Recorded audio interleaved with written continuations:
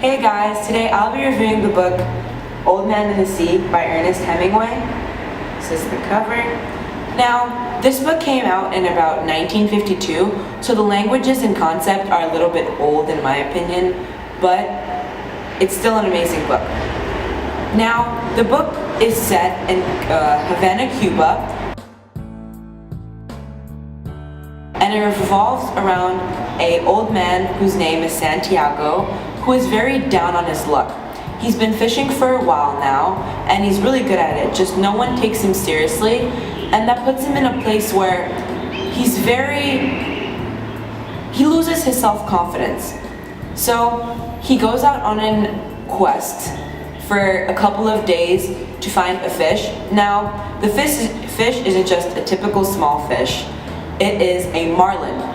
He's been holding on to this fish for days on end. He's frustrated, he's tired, and he's just worn out. Spoiler guys, sorry, but finally he catches the fish at the end, and it's just a release of exhilarance, and everyone takes him seriously, and he's not being ridiculed as he was before.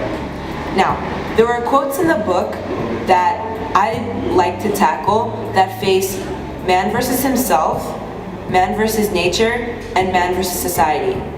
These three excerpts and topics are very big during the book. So the first one that I like to tag along is man versus himself. Now, the quote is on page 91, and it says, "He felt faint again, now, but he held on to the gray fish all the strain that he could. I moved him, he thought. Maybe this time I can get him over. Pull hands, he thought. Hold up legs. Last for me, head. Last for me. You never went this time. I'll pull him over." I love this example of man versus himself because it shows how tired and frustrated Santiago is, and it shows us that he needs to rely on other parts of himself, not himself as a whole, but himself as individual parts, to pull themselves together as one and unite to catch this fish. Now, the next example that I would like to use is man versus nature, which is on page 94, and it says, "Then the fish came alive with the death in him, and rose high out of the water, showing all of his great length and width, and all of his power and his beauty. He seemed to hang in there, above the old man in the skiff. Then he fell into the water with a crash that sent spray over the old man and over all of the skiff." The killing of the marlin, finally. This is the climax part, and it is a very vital moment in the novella, and it proves to us that basically the fish had to die so that Santiago could live. Santiago, he was at a very frustrated moment during his life where no one believed that he could do simple things that he loved so much, just as fishing. They weren't simple to others because others had to engage themselves more, but for Santiago, who's been doing this for years on end, who knows way more than them, but just because they are younger, they seem to be more experienced and more physical. But it shows to us that age is just a number, and that things have to die so that others may live. The last example that I would like to give from my book is man versus society.